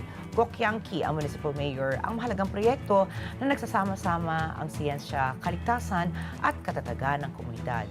Kanyang hinimok ang mga klabernon na makipagkaisa at tulungan ang gobyerno na alagaan, patatagin ang kalooban na magkaroon ng kumpiyansa at kapasidad para sa tagumpay ng mahalagang proyekto. Nagkaroon din ng information campaign para sa earthquake and tsunami hazards, awareness and preparedness. Dumalo sa nasabing pagtitipon ang mga municipal and barangay officials, national agencies involved, MDRRMO, BDRRMC at mga kitawan ng DOST, FIVOLCS National. Ayan, good news naman yan. Okay, at ang oras muli, alas 9:01 na po ng umaga at kasama na po natin sa linya ang ating suki, si Professor Froilan Calilong, ang ating political analyst. Magandang umaga po, Prof, and welcome back po sa ASPN. Good morning, sir. Good morning, Ms. Pat and Ms. Ricky, and thank you for having me again. Okay, nako, Prof, ito na, pinag-usapan namin ni Ricky kanina, parang double whammy po kahapon, no, yung nangyari po sa mga Duterte. Kay Vice President Sara po, yung kanyang, yung hearing na ginawa po sa Kamara de Representantes, tapos yung desisyon na nga po ng ICC na meron daw silang jurisdiction laban po kay former President Rodrigo Duterte. Dito muna tayo, sa local po na scene. What are your thoughts, no, doon sa nangyaring pagdinig kahapon? Kasi medyo explosive, no? Mga bigatin. We had Ombudsman Boying Remulla, we had former Senator Trillanes, the AMLAC head, sa BIR, Securities Exchange Commission. So parang puro kaperahan. Sabi ko nga kay Ricky, bilyones, hundreds of millions. Ako, thousands lang siguro meron ako. Fraction of what they have. So your thoughts po, Prof? Well, actually, this is something that I actually expected. They need to actually come up with a good bounce back from what we had during the Madriag presentation. Ano, alam naman natin, marami talagang loopholes, and I think they really wanted to prove something here. That's why they assembled this stellar cast, as I would hear. But then again, yun nga, no, pag tinignan natin yung unang-una siguro, alamin natin, puntusan natin dito, no, ano ba talaga ang purpose nitong pagpapatawag nitong mga personalities na to, when in fact yung perception kasi, no, ng mga taong bayan regarding sa mga mismong nandito sa Justice Committee. I'm referring to several people and personalities here who themselves are very much aligned with corruption scandals, no? Terry Redon, you have Luistro, you have Garbin, di ba? And even Abante. I mean, these people, no? How could you become part of a committee when in fact you yourselves are also tainted with same malice? And doon lang parang medyo may problema na tayo kaagad. Ano? I mean, we're talking about SALNs, but are these people open to their SALNs? Have they narrated it to the public? Hindi rin naman, di ba? Parang how could you cast a stone to someone if you yourself, you don't consider yourself spotless and sinless, di ba? So, and then yung kasi mga CTR na pinresenta kahapon ni former Senator Trillanes. Kung titingnan natin, maliwanag naman kapag halimbawa meron ka kasing bank account, no? At kung gusto mo maglipat-lipat from one particular account to your, let's say, checking account, to your savings account, pasok talaga yon na CTR, not necessarily na may bagong pera na galing sa labas na pumasok. No, halimbawa, meron akong 1 million sa bangko, no. Nag-decide akong bumili, let's say, ng isang second-hand car, no, 500,000. So mag-withdraw ako cash kasi gusto kong bayaran, okay, ng cash. All of a sudden, biglang sabi ng bibilan ko, I wanted bank transfer na lang. So wala akong choice kundi ibalik yung 500,000 sa bangko, dineposit ko siya ulit para makapagbayad ko maibayad ko yung 500,000 kasi gusto niya bank transfer. So things like that, papasok pa rin yun at makikita pa rin ng AMLA as another deposit. Pero not necessarily, ang hindi kasi rito na progress, saan galing ba talaga yung mga deposito. So things like this, yung mga technicalities na ganito, kailangan kasi maipipresenta lang natin ito, no, sa mas malalim na venue. And so we try to ask, is this Justice Committee the right venue for these things? No? Kaya nga tayo may impeachment court. Kung gusto nyong impeach, bakit hindi nyo pa i-elevate sa Senate and then para magkaalaman na, para may pagkakataon din naman talaga na mapusisi natin, because I think the Vice President will not really fall for their trap going to the Congress when she feels and she understands that it's going to be entirely a demolition job for her. It's really all about optics. It's about the control of the narrative. Yun lang naman ang nangyayari dito. So the challenge is for the Congress, siguro enough na naman to, no? If their goal here is to convince people in the Congress, no, yung mga kasamahan nila na medyo bumaliktad na, nag-iisip na ngayon, no, whether they will be voting for the impeachment or not.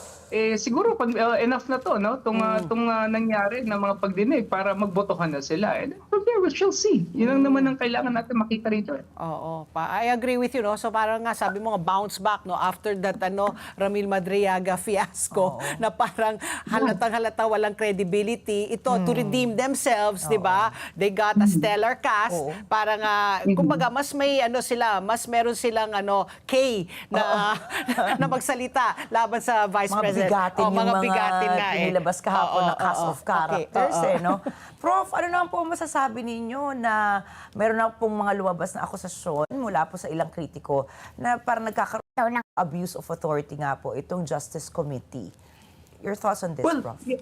Very, very obvious, yun nga, hindi lang siya simpleng witch hunt, hindi lang siya simpleng baiting of evidence. Kumbaga para talagang they're already acting as if they are the ones in the position constitutionally to make a verdict already, and yun nga, basically they're really trying to parang take advantage of this limited power given to this particular committee to actually control the narrative and to paint the picture that the Vice President is really guilty and already parang meron ng verdict of conviction. Pero sa ating mga kababayan, dapat po maintindihan natin and siguro kailangan linawin din na itong pagdinig na to in the first place dapat hindi na nga nangyayari, dahil kung magfa-file ka ng impeachment, you already are supposed to be armed with the probable cause. Meron ka ng mga preliminary evidences at hindi mo na kukuhanin kung kani-kanino, including the person that you are trying to impeach. Otherwise, magpalit na lang yung Congress nang maging Senado, yung senators na lang ang nandito sa Kongreso at itong mga congressman ng Justice Committee, sila na lang ang umupo bilang mga judges sa impeachment.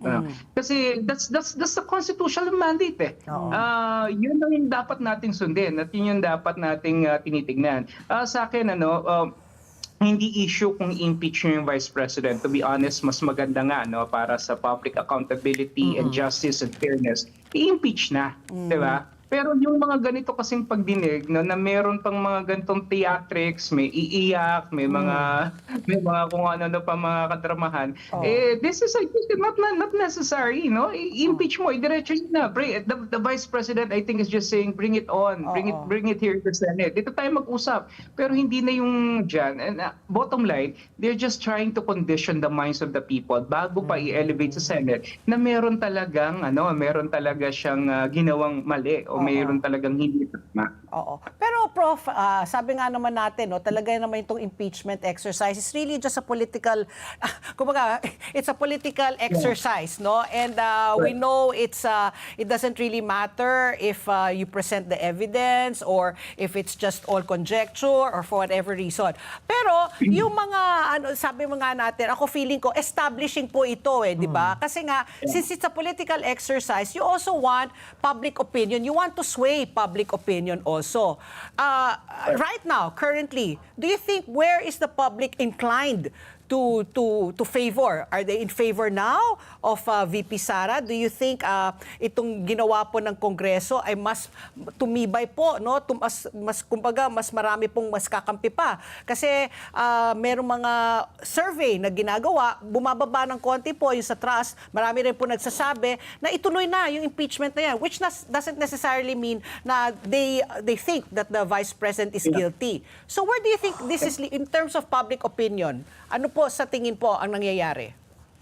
Well, very clear na meron naman talagang epekto, Kasi kung walang epekto itong mga pinagagawa nila, nakakalungkot naman. I mean, the effort is there and all the orchestrations and the machinations are in place.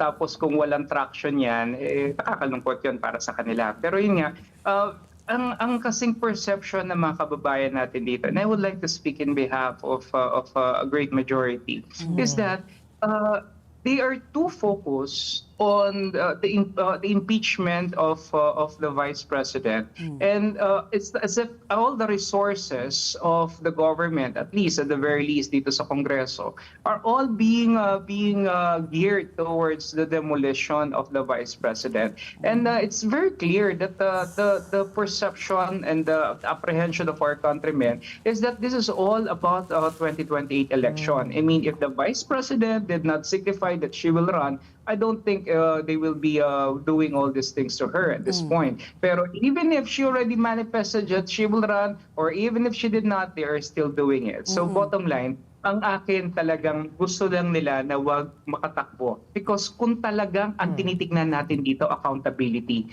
eh bakit hindi natin tignan yung mga binabanggit ni Speaker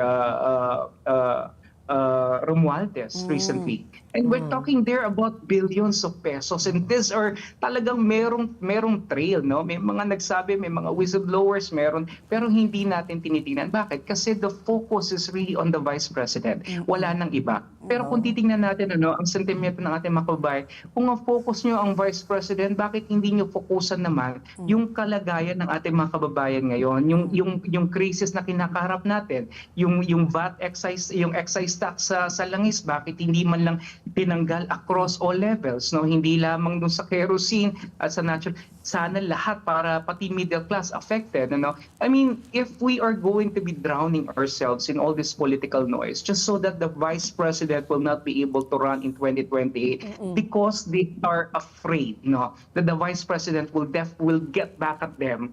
Kaya lahat itong orchestrations na to is all geared towards something political. Pero paano naman yung governance? Paano naman yung kalagayan ng ating mga kababayan? So I think the sentiment on the ground is that they're quite sick and tired already of what's happening, you know? And sana bigyan naman natin sila ng pagkakataon ng mapaglingkuran at hindi itong puro political agenda ang ating tinatalakay. Pero kung talagang gusto nating makita ang katotohanan, para sa akin, i-impeach nyo na. You know? Impeach nyo na. Let's bring it on. And then from there, we shall be able to see, para matapos na once and for all. At baka sakali, makapag-focus na sila doon sa kanilang ibang mga dapat gawin na mas mahalaga. So baka maging pabor pa, no, itong mga impeachment hearings na ito, dahil nga sasabihin nga ng taong bayan, puro na lang kayo politika, paano naman yung mga sikmura namin? Actually, sinasabi na ngayon yun ng taong mga bayan, buwiset, di ba? Okay. Prof, alam ba, ako po ay talagang, sabi ko nga, favorite subject ko dati, yung Araling Panlipunan. Di ba? Isa yan sa mga paborito kong subjects. Tapos tayo lahat naman lumaki na pinapaliwanag sa atin, kahit sa eskwelahan, na malinaw po sa ilalim ng konstitusyon ng Pilipinas na magkakahiwalay po, kumbaga, ang powers po ng iba-ibang branches ng government. There's a clear separation of powers. So ito pong nangyayari dito, parang medyo naguguluhan din po yung marami natin taga-subaybay, ano? Kailan pa po ba naging, kumbaga, hudikatura ang legislative branch ng government? Paano niyo po mapapaliwanag ito sa aming mga normal na mamamayan? Yeah. Well, basically, ito ginagawa kasi sa isang committee level, no, Justice Committee, and the Justice Committee is the one that is specifically tasked with elevating a complaint, a verifiable complaint, to the Senate, no, and from there, they will be able to vote in the plenary, and if they have the necessary numbers, then may elevate sa Senate. So this is actually kumbaga parang a manifestation naman talaga of a duty or function given to them, no? Pero not to this level, or not to this extent that they're going too much detailed, no, into the very core of the accusations and the allegations, to the point that they're already projecting themselves, no, whether they admit it or not, they're already projecting themselves as judges. Doon sa mga pahayag kasi, no, doon sa postulations, nakikita natin na parang iniisip nila, no, na meron talaga silang kakayahan. I think we need to really give back the notion, or bring back to the ground the idea na itong pagdinig na to para lamang sa case build-up, nothing more, nothing less, diba? So, yan, although tama naman, no, magpatawag sila ng mga testimonies, mga documents, they could actually have it, pero at the end of the day, what is important here is bago sana sila nag-file ng impeachment complaint, no, may maliwanag na silang bala. Hindi yung dito nila ginagawa in front of the people, ano, na yun nga, they're already trying to control the narrative and create an optics na parang mayroon talagang pagkakamali. When in fact, in the first place, this is not the right venue at all, no, for us to be discussing these things. Yun lang naman yun eh. Yun lang naman yun. Pero yun nga, tama po kayo. I agree with that. Na para bang lumalabas, para na silang they're trying to assume judges here, no? When in fact, some of them actually have very, very minimal understanding about the law and what it suggests. Oo. Okay. Moving on naman tayo from the local front, punta naman tayo sa international, ano naman po. Diyan po nangyari po kay former President Rodrigo Duterte. Again, ang aking katanungan po, Prof, reaction po ninyo, nagulat ba kayo na talagang sinabi na ng ICC? Hindi. Meron kaming jurisdiction dito laban kay former President Rodrigo Duterte. At itutuloy na, no? Magiging full-blown trial na po. Oo. Your thoughts po? Well, again, something that I already expected na mangyayari talaga. Well, for one, the indications are already there in the first place, no? Yung nung unang-una nung hindi siya pinayagan na pumunta ng ibang bayan, ano, for him to be at least settled there now for the meantime. All indications point out that this is a very strong court, no? I mean, strong in a sense that they're very decided already about what will be the fate of former president here. Secondly, kinakailangan kasi sila na magkaroon ng testament case eh. Remember, ang ICC wala pa silang kaso dito sa Asia na convict or naisalak nila, no? Karamihan ng mga kaso nila na naging matagumpay doon sa Africa, no? So alam naman natin na talagang kumaga parang binabraso nila yung African continent. Marami talaga sila ron, maganda ang success rate na, pero dito sa Asia wala pa. So again, they're trying to cement or to create an impression that they matter, that they are essential, that they are at least at the very least substantial yung kanilang presensya para sabihin to create the impression in the global community that they matter, no? So ito parang nagiging case exhibit dito si former President Rodrigo Duterte to begin with. And then syempre the mere fact na nandun na siya maliwanag yung manifestation noon na isinuko na natin, di ba? Isinuko natin, pinadala natin doon. Ibig sabihin, naniniwala yung ating mga korte, no, na ang jurisdiction nasa kanila na. Kasi kung wala doon ang Pangulo, ibig sabihin, na nasa atin ang jurisdiction, bakit mo sinuko in the first place? So babalik na naman tayo doon sa mga events na nangyari nung March of last year when he was brought to The Hague nang walang maayos na na due process, no? At biglaan at madalian yung kanyang pagkakasakay sa eroplano papunta doon sa Hague. And that's already a manifestation of jurisdiction. So ako really I am not surprised at all, no? And I'm looking at that this trial will go on, no? On the average kasi ang mga trials sa ICC umaabot minsan 5-7 years, no? 8 years. Ito katagal actually. Okay, Prof, ito nga, kakasabi mo lang ngayon, parang the fact na nandun na po si Pangulong Duterte o dating Pangulong Duterte is sinuko na natin siya sa kanila, ang ating jurisdiction. So, ito po ba ay isa ring pag-amin, kumbaga more or less ng ating gobyerno na we don't have a functioning justice system? Because ito po chinek ko, dinoble check ko po, the ICC steps in only when local courts are unable or unwilling. So, nasan po tayong kategorya dito? Are we saying indirectly, kahit paano, na sa pagsuko po natin kay dating Pangulong Rodrigo Duterte na unable po yung current justice system natin? Parang sakit naman pakinggan nun. Yeah, actually, yun nga yun, Ms. Ricky, nung ginawa yung kanyang pagkakadakip, no, dito sa bansa at pagkakadala doon, yun nga tinitignan natin dito yung exhaustion of all other legal remedies, no, and definitely it was not at all exhausted, no. In fact, for the longest time sinasabi nga mag-file ng kaso laban sa kanya. Even the government could actually file a case against him, and in this individuals, they could also file against him. Kaya a case against him. Kaya lang kasi yung perception na former president, malakas, makapangyarihan, impluwensya, and maybe this is the reason why they didn't file. But on the question as to why did we surrender him? Is it because we don't have a functional justice system here? Definitely we do have. It may be imperfect. It may be imperfect by every possible means, pero it is still functional, di ba? Kaya nga nakakalungkot na bakit natin isinuko, yung ating isang kababayan sa isang korte in the first place na wala naman talagang jurisdiction pero binigyan natin ng jurisdiction, no? And ngayon paano pa natin mababawi, no? Malabo na pong mangyari yun. So yun nga, we definitely have perfectly functional courts, though they may be imperfect, maaring matagal yung dispensation ng justice, pero kasi hindi tama na doon natin itinala. When in fact, we could actually have it here, di ba? May principle tayo kasi of complementarity na tinitignan. Pero sayang, sana dito natin nilitis.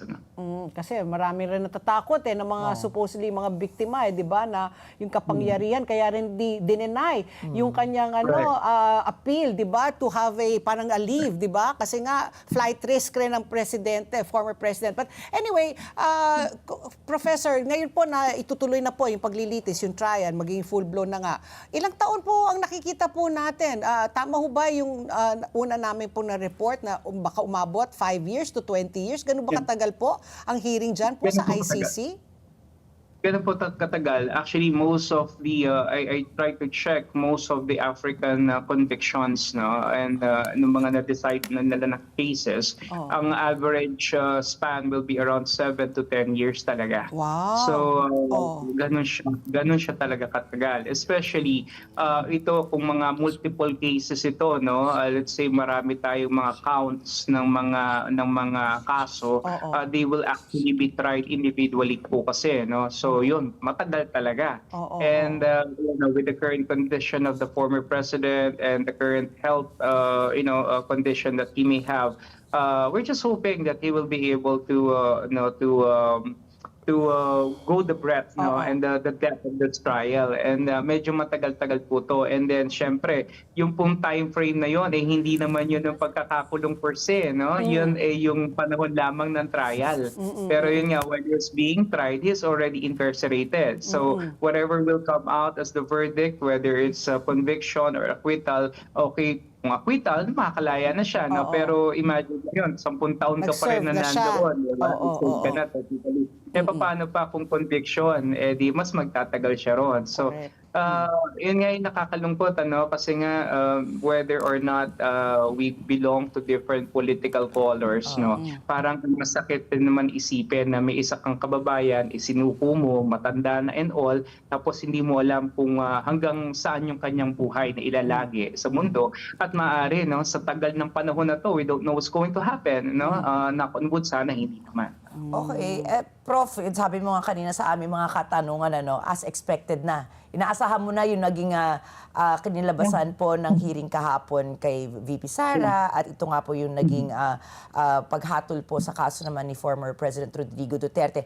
Ito po, so I'm very curious since maganda po yung mga forecasts, kumbaga. Ano po yung fearless forecast? Ano po hahantong itong kaso po ni former President Rodrigo Duterte sa ICC?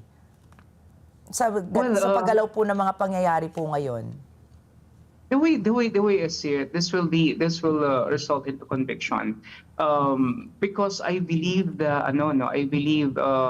hindi dahil sa naniniwala ako na meron talaga siyang kinalaman o meron talaga siyang mga kaso, pero doon sa mismong korte, yung korte kasi na to talagang they're hell-bent on trying to prosecute people whom they felt really committed injustices to humanity. Actually, yun naman na talagang ang goal nila, di ba?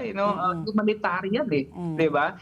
So the mere fact na meron silang fino-float na idea na meron talagang mga pinatay, may extrajudicial killings na nangyari, they will just simply pounce on that, and they will really the case, revolve around those accusations. And then ano pang aasahan natin dito, no? So again, hindi ko sinasabi na talagang maaring totoo itong mga, so yun malalaman natin sa paglalatag ng mga ebidensya. Although umaasa pa rin naman tayo, no, that the defense will also be able to stand their ground. I'm sure naman that Attorney Kaufman has prepared for this, and I'm sure that Attorney Kaufman also understands that the length as well as the projected time frame na lalakaran nito. And I think handa naman sila, no? Pero yun nga, yung tinitignan ko kasi dito yung decisiveness nitong korte na to. And yung need nila talaga, which is to convict, no? People. Lalo ngayon, wala pa sila nakukonvict sa Asia. Sabi ko nga kanina, magandang case study.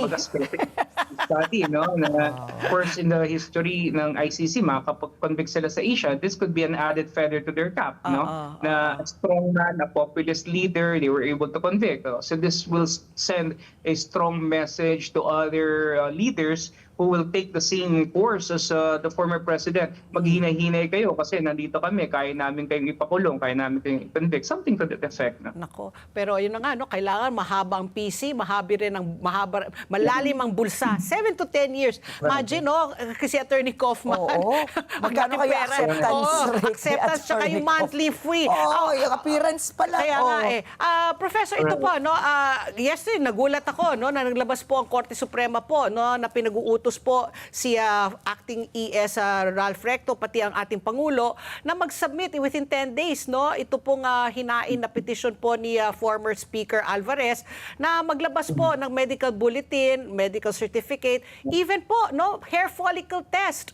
Is this unprecedented? Is this a first na the Supreme Court has given instructions para po for a sitting president to comply? Yeah, actually, I would say so. Parang hindi pa, I can't recall a time, no, na nagbigay talaga sila ng specific requirement like this. Although in the past may mga parang mga suggestive pronouncements, pero individual yon, no? Like may mga justices na nagsasabi na dapat magbigay ng medical bulletin. I think this was during the time of former President Gloria Macapagal-Arroyo. No? Pero kasi ito, yung as a body, no? As a collegial body, parang first time na nagsabi. No? Although this is not something, no, that is entirely new. In fact, this is enshrined even in the Constitution, that the President should actually give us a full disclosure of his state of health. No? Pero ito nga lang kasi, in-specify ng Korte Suprema. No? Kailangan may medical bulletin. Siguro, hindi nakita ng Korte Suprema, hindi sapat na ipakita mo na nagja-jogging-jogging ka, no? Na nagbubuhat ka ng kung ilang kilo ng bigas. Oo, ipakita mo talaga kung ano yung, kasi hindi na, the medical bulletin kasi, no, is actually, could actually already stand as a legal document in case may mga magiging kaso. Yun talagang pagbabatayan natin. Hindi naman titignan yung itsura ng katawan mo, di ba? At the end of it all, it's the medical abstract, the real signed document coming from your physician. Syempre, hindi naman yun, hindi naman yun magiging gawa-gawa lang because yung license naman niya nakataya din nun, and the integrity as well. So, yun yung kailangan natin, And the hair follicle test, I think once and for all, I think the Supreme Court here is trying to actually make the president not only accountable, but at the same time, I think kumbaga parang tinutulungan pa nga ng Supreme Court ang Pangulo, no, na tumaas yung kanyang trust and approval rating. Kasi once and for all, you set the score straight, di ba? Once and for all, you set the doubts already para mawala na siya, di ba? So, magpa-hair follicle test ka. Because, alam niyo kung ba't siya binapag-hair follicle test? Kasi kung totoo man yung allegations na siya ay gumagamit ng cocaine o is drug dependent, talagang impaired yung kanyang reasoning, yung kanyang cognitive function, and yung kanyang decision making. And so it's really problematic for a country to be under a person who has impairments, especially in rational decision making. So I think this is really where the Supreme Court is coming from. And wala naman ako nakikitang masama dito, lalo-lalo na kung ito naman ay gagawin ng ating Pangulo. I believe that the Supreme Court right now is trying to be the last bastion wherein the people could actually rely on, because nakita natin wala naman tayo talagang aasahan na sa Kongreso, no? And syempre, lalo na sa executive, because it's actually being monopolized by the people in power. But at least we have the Supreme Court, no, being the last bulwark of light, no, and a beacon of wisdom para sa atin. Okay, so parang to settle the issue na, no? Set the record straight set the na. record straight na. Oo. Tapusin na natin ito para hindi pa madagdagan ng mga reklamo. Ang question ko lang, Pat P. and Prof, paano po kung halimbawa lumabas nga, di ba? Kasi we are thinking 10 steps ahead na. Paano kung lumabas na po na talagang siguro may karamdaman po yung Pangulo na iniinda. Pero hindi lang naman po siya siguro ang unang Pangulo ng Pilipinas na nagkaroon ng sakit, di ba? Marami naman po, even with all due respect po sa mga former presidents po natin, lalo na may mga ED-AD na po yung mga yan. Alam niyo ED-AD? Edad. Siyempre, hindi naman po may iwasan magkasakit. So, ano po magiging implikasyon nito? Halimbawa, makita man na siguro meron siyang sakit din, parang siguro lahat na ng mga kaedaran niya. Ano po implikasyon nito sa kanyang natitirang 2 taon sa Malacanang? Well, the Constitution kasi is very clear on this. Hindi naman sinasabi na kapag may sakit ka na, talagang tatanggalin ka, no? Hindi naman or papalitan ka. Ang sinasabi kasi dito is full public disclosure. In short, karapatan ng taong bayan malaman kung ano ang estado ng iyong kalusugan. At kung sakasakali man na talagang may sakit ka, and of course, it's normal naman that people actually have the old age, ang mahalaga lang naman is ipakita mo rin ano-ano yung steps and procedures that are being undertaken in order to mitigate or at least gumaling ka, no? At ano yung nangyayari, anong ginagawa natin. Syempre, ibang usapan na kung if you're already terminally ill. Pero the way I see naman, the president is not actually in that particular stage of his life na masasabi nating terminally ill, no? So, kung halimbawa, nakikita naman natin, syempre, reason will always prevail, no? Rationality will always be maintained. Kung nakikita naman natin na naggagamot siya, meron naman talaga siyang mga medical procedures na ginagawa para talaga masolusyonan yung kanyang karamdaman, hindi naman nahulugan na papalitan natin siya kaagad-agad. So wala namang ganon. Naturally, no, dumadaan talaga tayo sa ganyan, lalo na nasa constitution naman natin. If you want to be a president, you need to be of a certain age. Siyempre, pag nag-40, 50 ka na, may mga karamdaman na talaga na. May karamdaman na. Ilan taon na ba si PBBM? 67 na yata. Magsisitenta na rin siya. Oo, 67. Oo, if I'm not mistaken. Ay, anyway, ito na nga ang intramurals ng politika dito po sa Pilipinas. Talagang ito ang pinakamahabang serye na inaabangan po. Araw-araw meron pong nangyayari. Kaya maraming salamat po, Professor Calilong, para sa panahon. At sa ulitin po muli. Thank you, Prof. Anytime. Always there. Ayan Salamat po. po. Thank you very much kay Professor Froilan Calilong, ang ating political analyst. At ang oras, alas 9:34 na po ng umaga. At ang oras na ito hatid sa atin ng Salem Bed, bringing comfort to Filipino homes for over 50 durable years. Salem Bed, ang hari ng tibay. At ang oras muli, alas 9:34 na po ng umaga. Sa aming pagbabalik, makakausap po natin si Dr. Nina Gloriani. Siya po ang ating vaccine expert. Sa pagbabalik po yan ng ASPN. Ano sa palagay niyo? Ang sigaw ng Pinoy Nation. ASPN. Oras, alas 9:37 na po ng umaga at kasama na po natin sa linya ang napakagaling, napakahusay po na doktora. Doktora Nina Gloriani po ang ating vaccine expert. Magandang hapon po, Doktora Gloriani, and welcome back po sa ASPN. Good morning, Doc. Magandang umaga sa inyo. Pat and si Ricky, no? At sa Opo. lahat ng nanonood at nakikinig. Okay, Doktora, ngayong linggo, April 24 hanggang April 30 daw, ipinagdiriwa sa buong mundo ang World Immunization Week. Isang paalala kung gaano kaimportante po ang bakuna sa ating buhay. So, Doktora, bakit po importante po ang bakuna at ano po itong celebration po, no? Itong awareness week po ito, World Immunization Week. Kayo na po magkwento, Doktora. Okay. Ito ay ginaganap nga taon-taon, no? At every year meron tayong theme. So, for this year, ang theme natin ay for every generation, vaccines work. So, actually, this refers to life course immunization. So, normally, ang nasa isip natin, no? Mga bata lang binibigyan ng bakuna, pero ngayon, ang talagang sinusunod ng ating WHO at sa buong mundo, na mula baby hanggang tumanda ay meron tayong mga bakuna na anong gagawin? Magpo-protect sa atin sa mga deadly diseases, largely mga infectious diseases ito. So with this, yung transmission mababawasan at hopefully mawawala yung ibang mga infection na to, yung mga mikrobyo na to. So matitigil ang pag-spread, transmit sa iba. So meron tayong tinatawag na herd immunity which I may go into later. Pero ano bang gusto pa nating sabihin?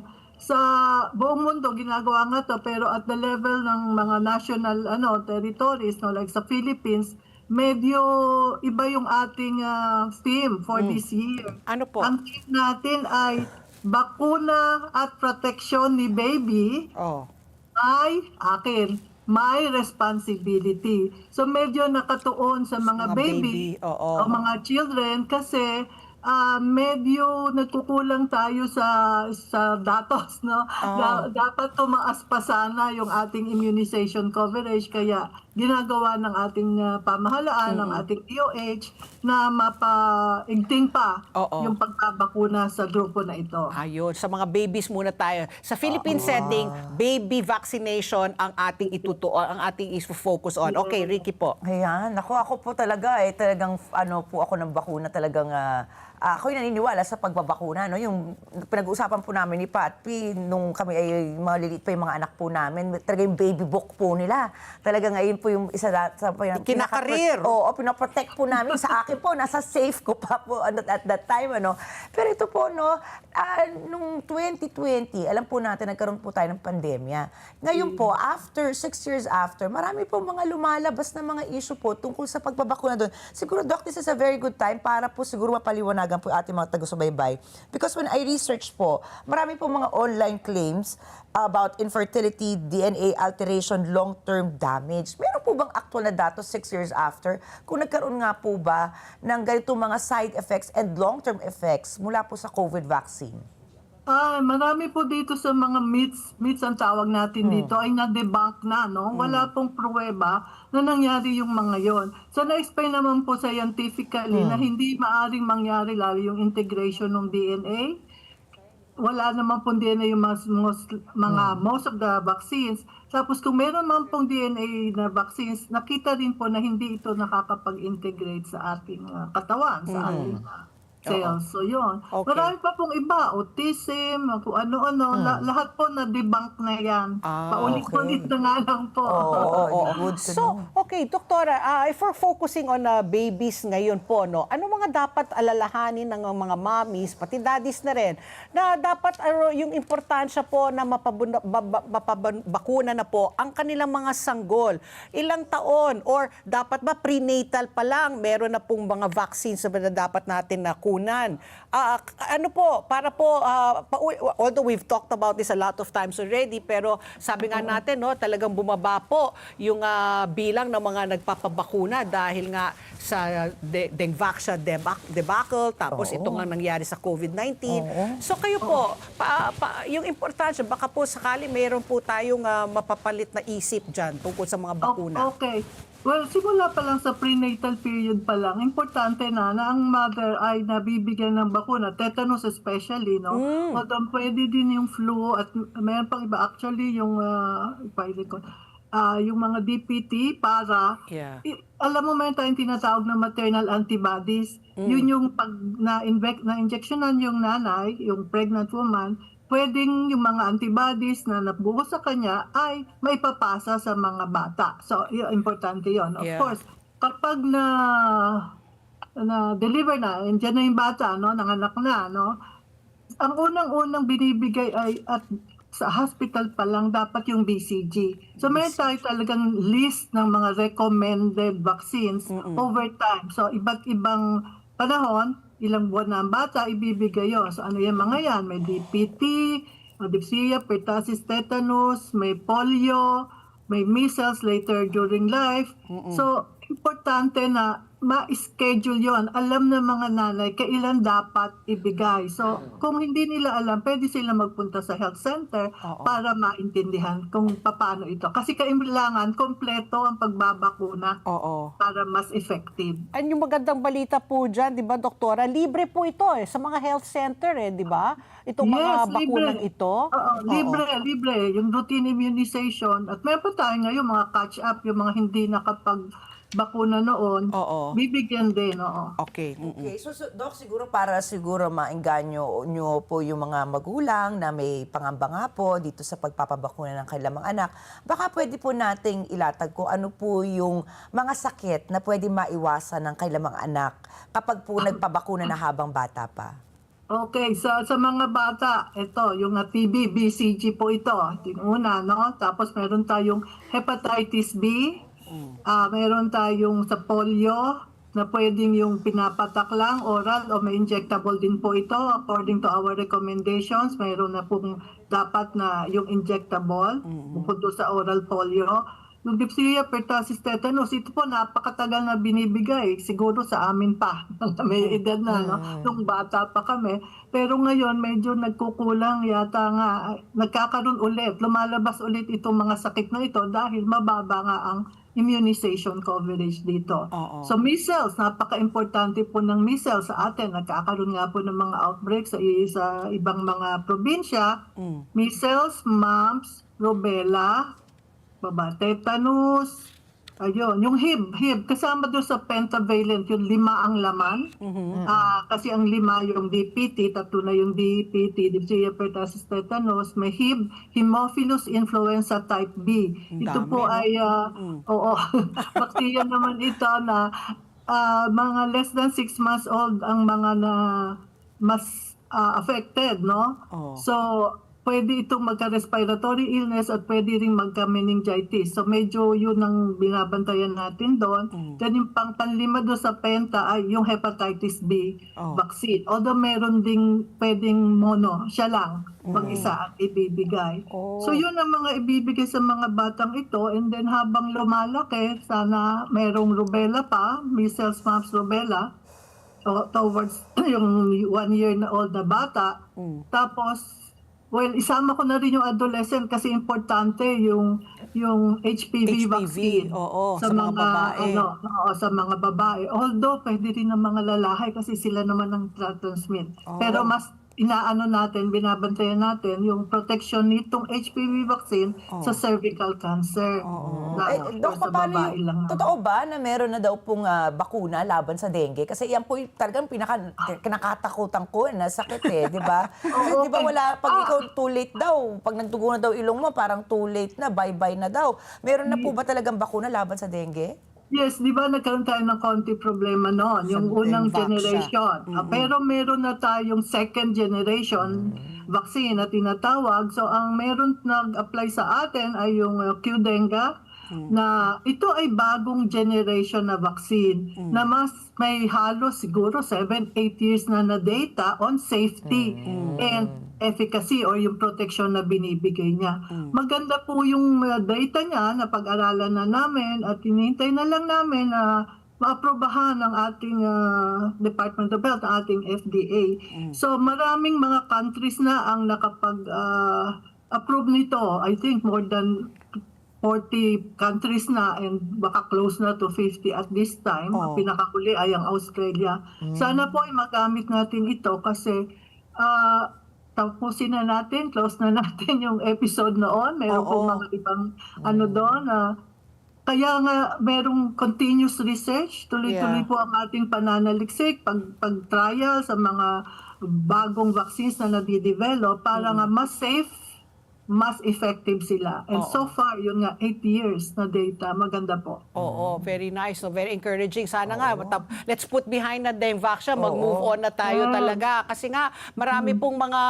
At saka ang lamok, hindi pumipili ng tao yan. Ha? Babies, adults. Ako, nagka-dengue na po ako. Tapos yun na nga, nung ako nagka-dengue, hindi pa uso masyadong dengue. Hindi nila maano kaagad. Mahirap kasi marinig eh. Hindi mo alam kung rashes correct, lang. Oo, lagnat lang or whatever. Oo. So, doktora po, base po sa inyong pagsasaliksik, yung mga may hesitancy pa rin ho ba? Mataas pa rin ho ba ang ayaw magpabakuna? Or nakikita nyo slowly, no, medyo nagkakaroon na po ng kumpiyansa sa mga bakuna? So actually, nung time ng COVID, may mga pag-aaral. Nung una, nung very early on, mataas ang hesitancy. Siyempre, hindi pa nila naintindihan masyado. And thanks naman sa communication na ginagawa natin, kasama kayo dyan, lahat ng stakeholders, ay bumaba yung hesitancy.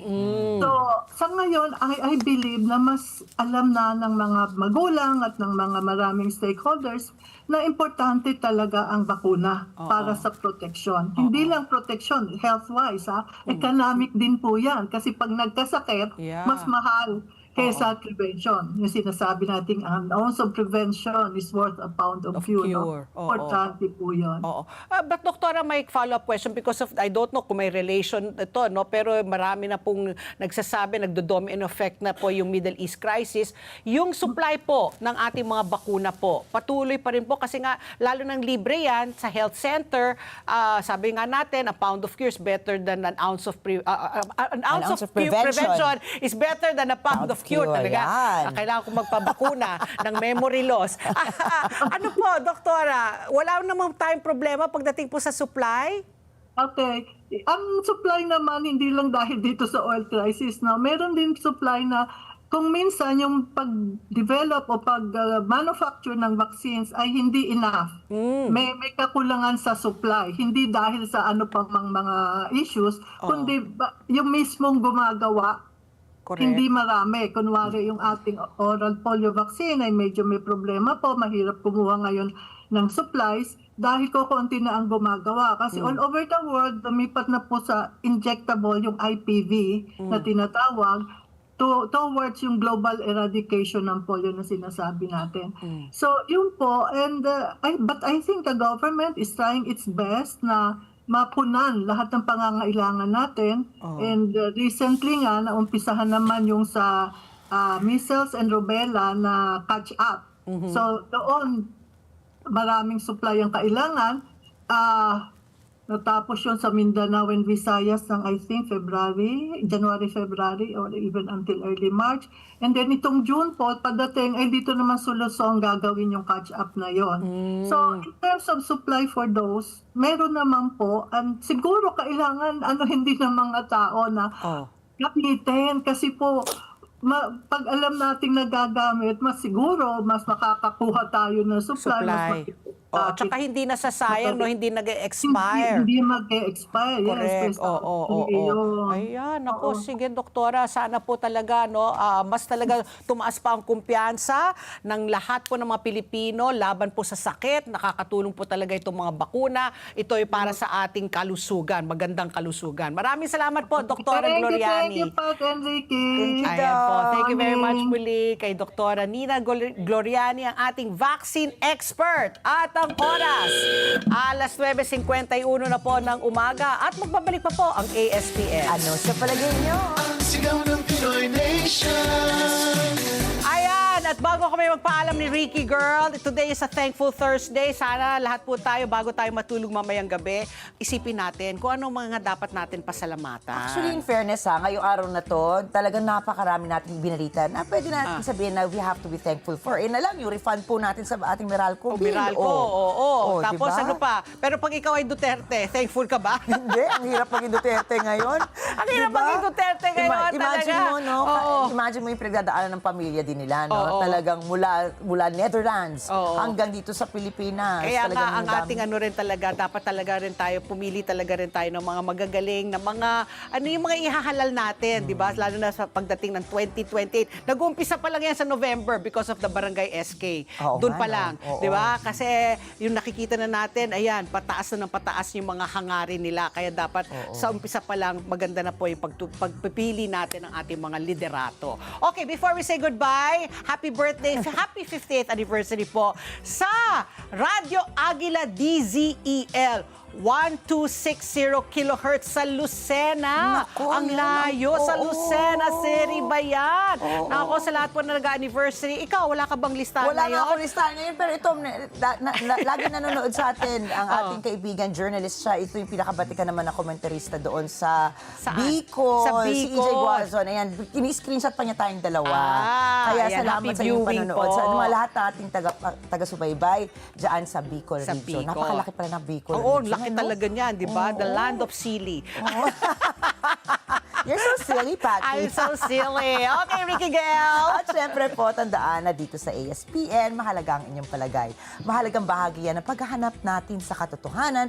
Kaya sa bawat isyong napapanahon, parte kayo ng diskusyon. At tandaan po, ang buhay ay hindi patagalan. Siyempre, pasarapan dapat yan. Kaya sulitin po natin, tawanan lang po natin ang ating mga problema. Mag-food trip tayo na masarap. Gumala at gumawa pa tayo ng mga masasayang alaala. At siyempre po, patuloy pa rin po tayo manalangin po ng kapayapaan sa buong mundo, please, Ay, pero Lord. may good news pa tayong ihahabol. May Oh. ine-expect tayong maraming tonelada ng Oh. diesel, Diesel. na paparating ngayong linggo. Uy, So, oo nga. good news yan. Nakita ko kahapon, Oh. nag-post si Alvin El Chico. Alam mo Oh. naman yun, yun Oh, ang oh. de facto na Oh. energy secretary, di ba? Si Alvin. May rollback na naman. Ayun, oo din. Base sa dalawang Oh. araw na trading, Oo. ang tansya daw nila next week, kung patuloy, parang 12 pesos sa Wow, diesel. naku, yan, see, another thing to be thankful for. Di ba? Sana talaga tuloy-tuloy na po yung pagbaba po. Sana bumaba sa dating level ng Naku, mga sana. 55 pesos Sana or talaga. cheaper. Oh, ayun ang hinihiling Diba? ng ating mga jeepney drivers. Oo. Pero ngayon po talaga, like what Patty says, Oh, manalangin po manalangin tayo. talaga. Talaga namang prayer moves mountains. Mountains. Bukod sa love. Prayer. Okay, susunod na po ang Kada Umaga Girls. At syempre, mamayang alas 9:30 po ng gabi, abangan niyo po ang pinakamainit na international news dito lamang sa mata ng Agla International. Syempre, dito lamang sa Net25. Okay, see you tomorrow, everybody. Enjoy! ESPN pa rin! Ano sa palagay niyo?